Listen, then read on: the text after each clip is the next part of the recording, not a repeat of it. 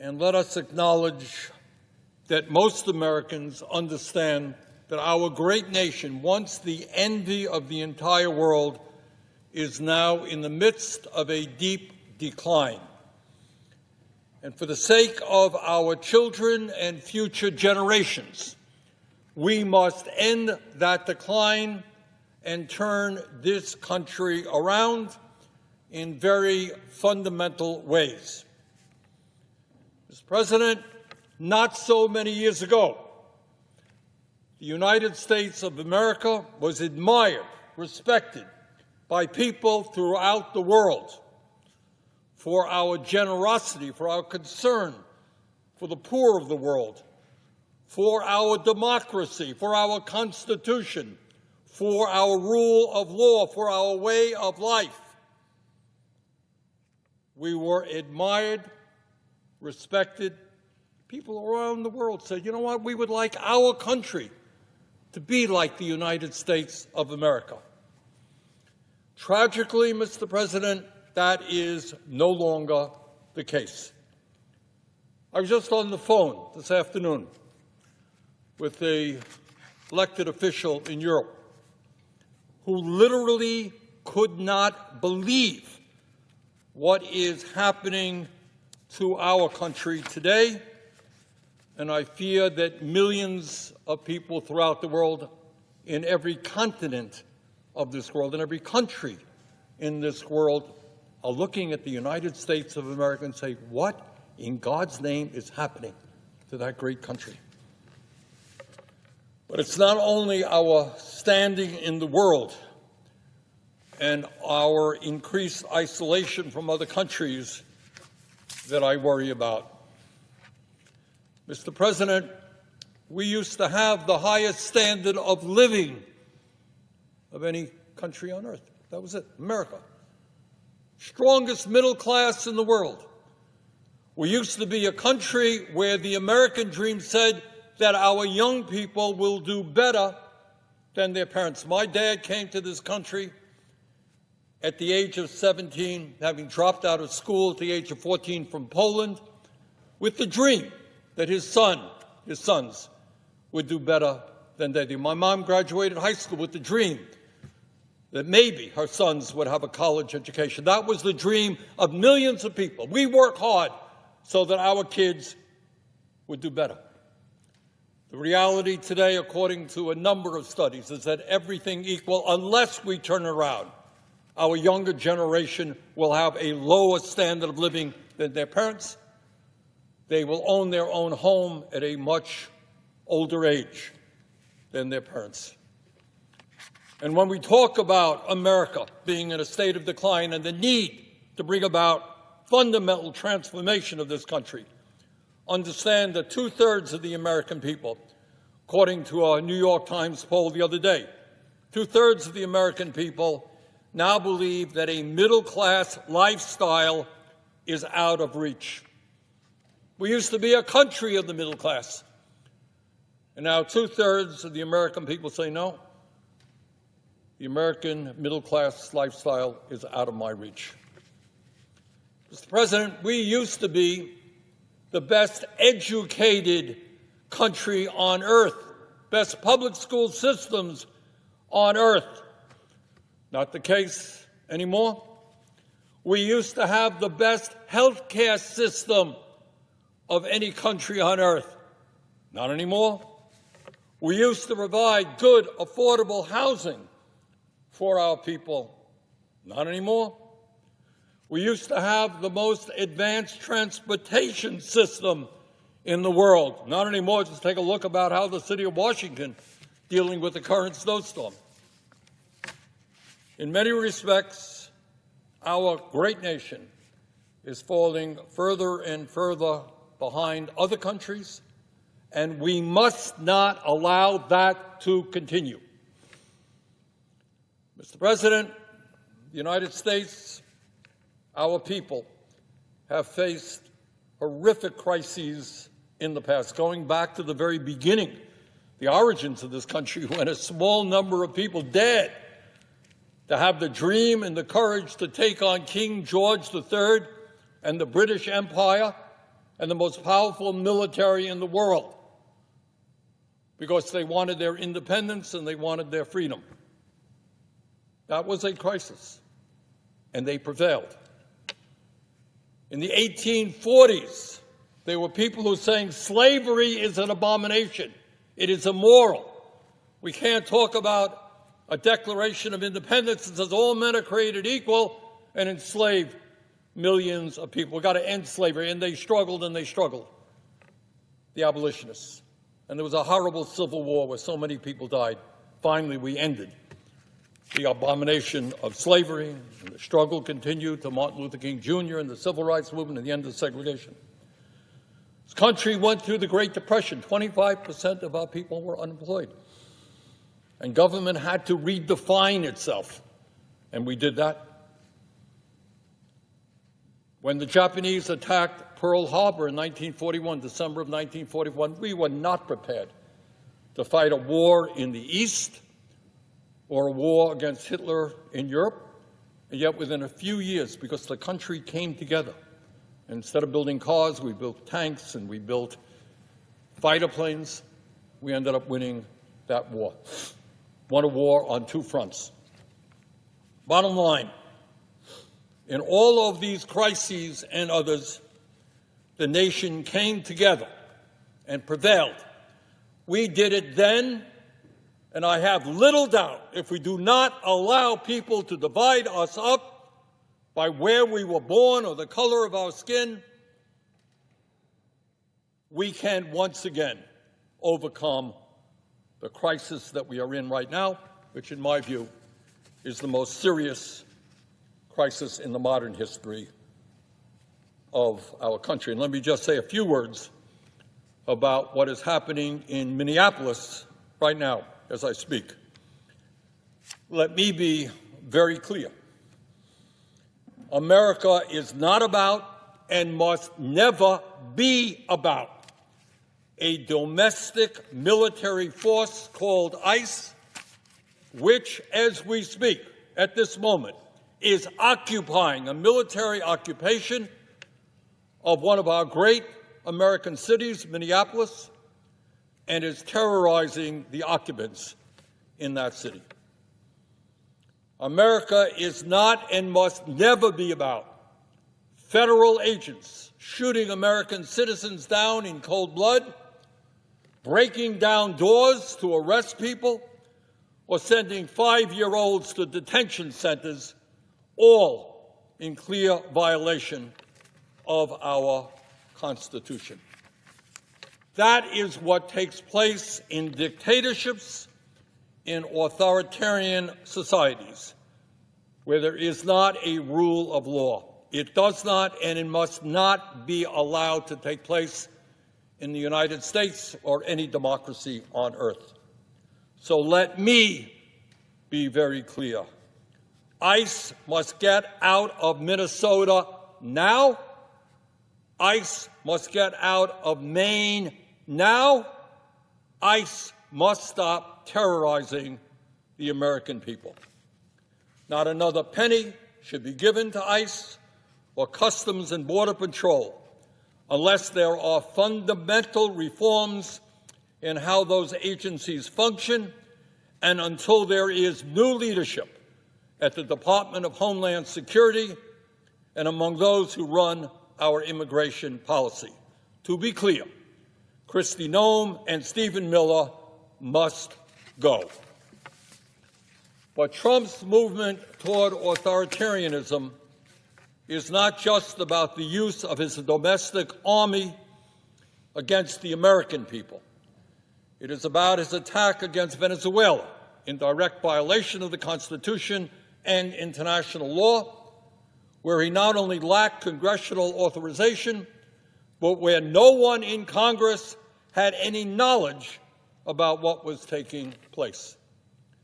Trump's authoritarianism is about disrupting the 100-plus year alliances we have had with our allies in Europe and insanely threatening to seize Greenland from our longtime ally, Denmark.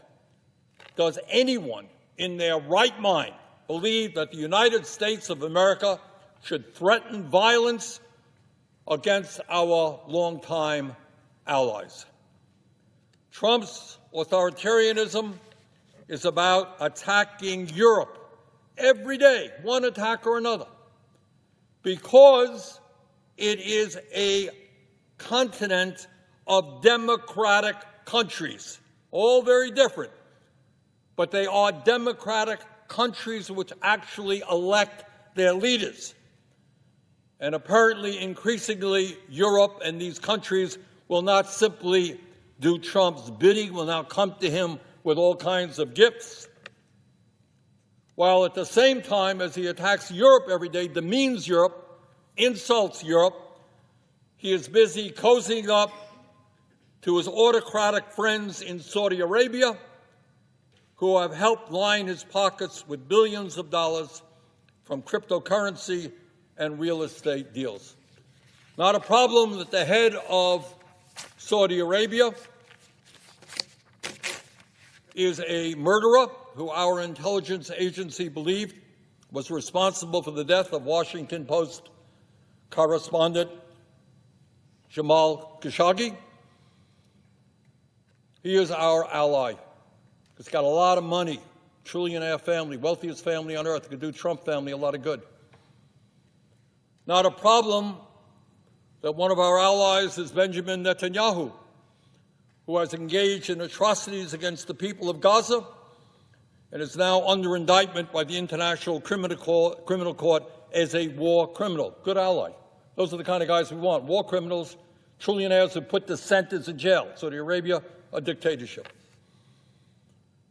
Trump's authoritarianism is about his repeated threats to make Canada, I live 50 miles away from the Canadian border, Canada one of our closest and most dependable allies, the 51st state. I mean, just think for a minute. Our allies for decades and decades, close friends, and you go around insulting this country and say you're going to become our 51st state. What world does Trump live in? What does his mind, how does his mind tell him to do that? Let's be clear. The American people want us to ally ourselves with democracies around the world, not dictatorships, not authoritarian societies. They do not want to be allied with or put American lives on the line for dictatorships like those that exist in Saudi Arabia, Qatar, the United Arab Emirates, or least of all, Putin's Russia. Mr. President, everyone in this chamber, including my Republican colleagues, understands that when Trump usurps the power of Congress, when he attacks the courts, when he threatens and intimidates the media and universities, and perhaps most significantly, when he brings criminal charges against his political opponents, be they liberal Democrats or conservative Republicans, that this man is a danger to everything this country stands for. My Republican colleagues know this, and the time is long overdue for them to begin speaking out against Trump's dangerous movement toward authoritarianism. We can disagree on the issues. We do disagree on the issues. But we should and must agree that this country not move toward an authoritarian society with more and more power in the hands of the President of the United States. And in that regard, let me applaud Chris Madell, who was a leading Republican candidate for governor in Minnesota and who recently ended his campaign because he could not defend the National Republican Party in the face of what was happening in his own state of Minnesota. When Mr.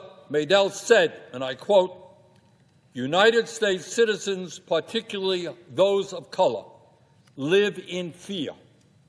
United States citizens are carrying papers to prove their citizenship. That's wrong. Driving while Hispanic is not a crime. Neither is driving while Asian, end of quote. Mr. Medell is right, and more Republicans need to speak out if they care about protecting the values this nation was founded upon. And when we talk about authoritarianism, we must also talk about the big lie, the lies that are told over and over again. Black is white, white is black, the constant barrage of lies that come from the White House. We can disagree on the issues, but you cannot have a democracy when the President of the United States lies profoundly every single day. No, Mr. President, Renee Good was not a domestic terrorist. She was the mother of 3 sitting in her car when she was shot. No, Alexander Petty was not a would-be assassin, as Trump's administration has suggested.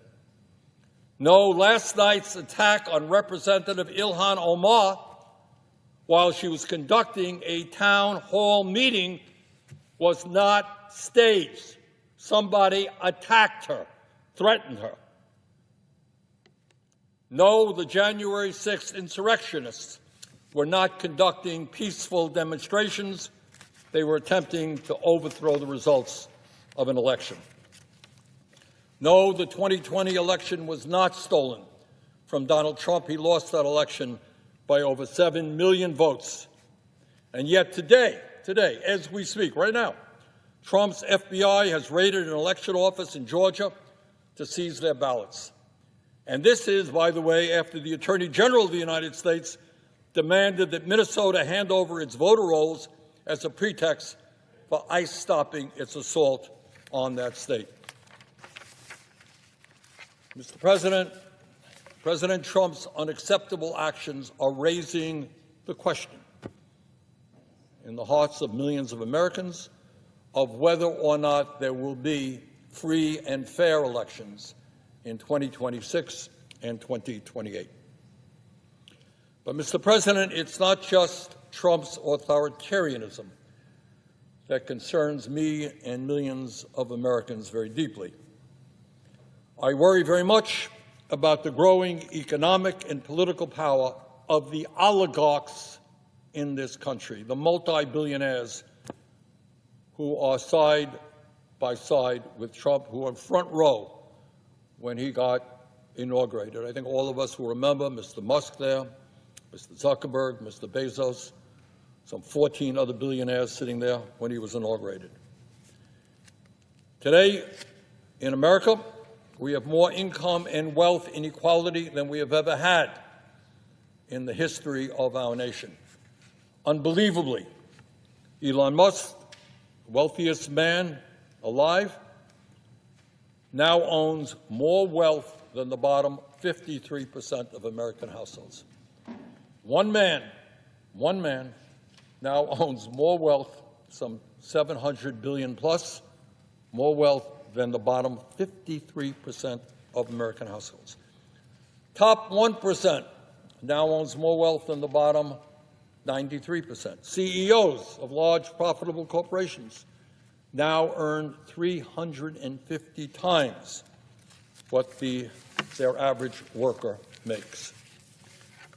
Meanwhile, in America today, while the very rich become obscenely richer, 60% of Americans are living paycheck to paycheck, unable to afford the skyrocketing cost of housing, health care, education, child care, groceries, electricity, or other basic necessities. Very rich becoming phenomenally richer, tens of millions of Americans struggling to pay for their basic needs.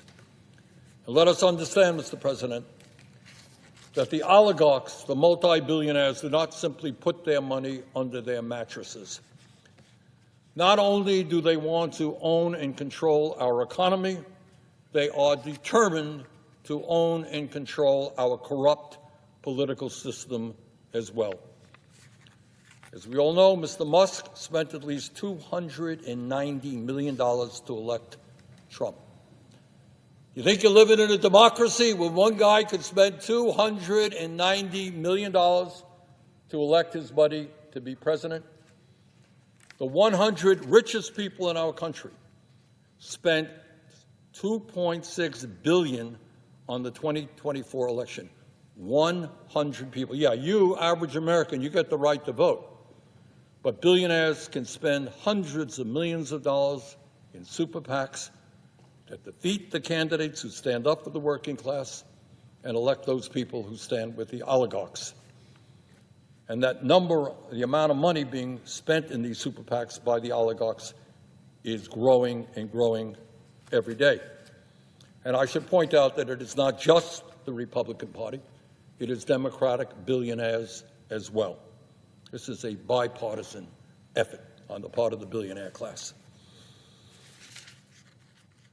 Mr. President, just recently, a super PAC representing the crypto industry just announced that it has $193 million in cash at its disposal for the 2026 election. In other words, you got concerns about crypto? Well, you're going to have to face a barrage of 30-second ads from extraordinarily wealthy people. Big tech oligarchs in Silicon Valley have already pledged to spend at least $200 million on a super PAC sympathetic to the AI, artificial intelligence industry, an industry that threatens to displace tens of millions of American workers. You worried about AI? You worried about robotics? You worried about the fact that tens of millions of jobs are going to be lost during the next decade? You're concerned about it? You want to have some regulations? Well, guess what? These guys got hundreds of millions of dollars to spend in a campaign against you. Now, that may sound like democracy to somebody. It does not sound like democracy to me. It sounds like a very corrupt system owned by the very wealthiest people in the world. And that is why, if we're going to come out of our decline, we're going to turn this country around, probably there is nothing more important that we can do than end the disastrous Citizens United Supreme Court decision, abolish super PACs, and move to the public funding of elections. Somebody wants to run against me, they disagree with my ideas, fine, go for it. But we should not have a system where candidates are backed by billionaires who can outspend heavily those candidates who are standing up for working people. That is not democracy, that is oligarchy. In a democracy, elections must be about one person, one vote, not billionaires buying politicians. But, Mr. President, that's not all. When we look at what is going on in America, and it's important that we do that, take a look at our broken health care system.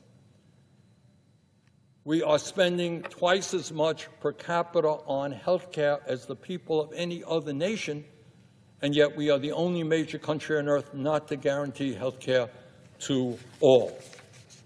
We've got 85 million Americans who are uninsured or underinsured, and over 60,000 people die each year because they can't afford to see a doctor on time. You want to turn around America? You want to end our decline?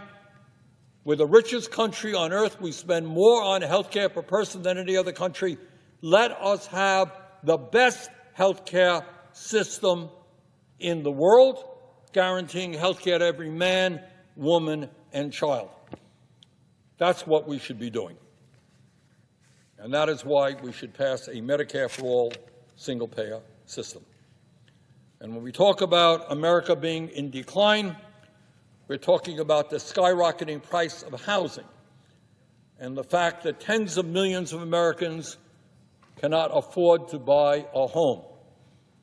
We're seeing young people right now living with their parents because they can't even afford an apartment of their own, married couples who will buy their own home at a much older age than their parents. Today, we have 800,000 Americans who are homeless.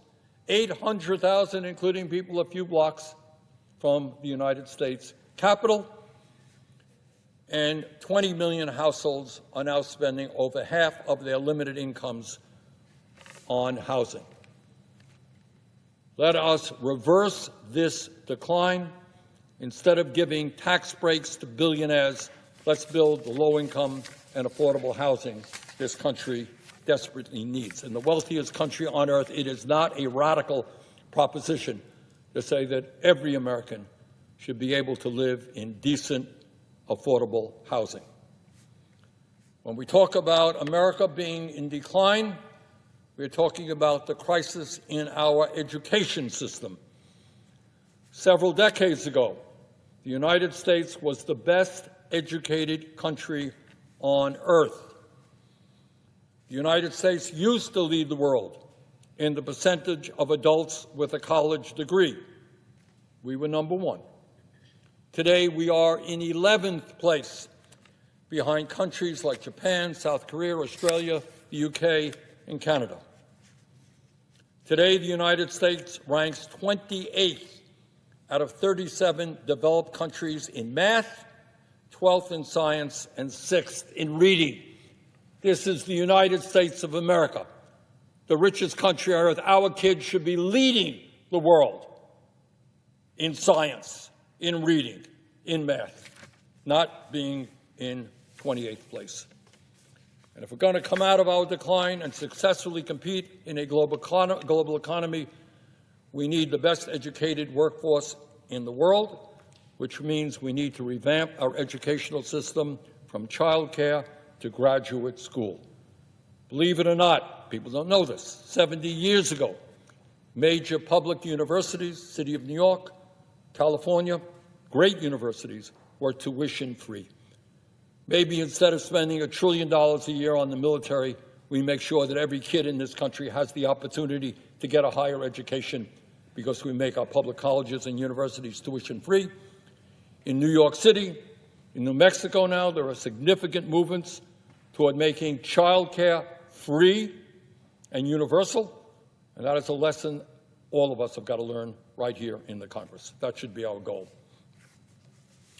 Mr. President, when we talk about America being in decline, we're talking about the fact that we have a retirement crisis in our country today.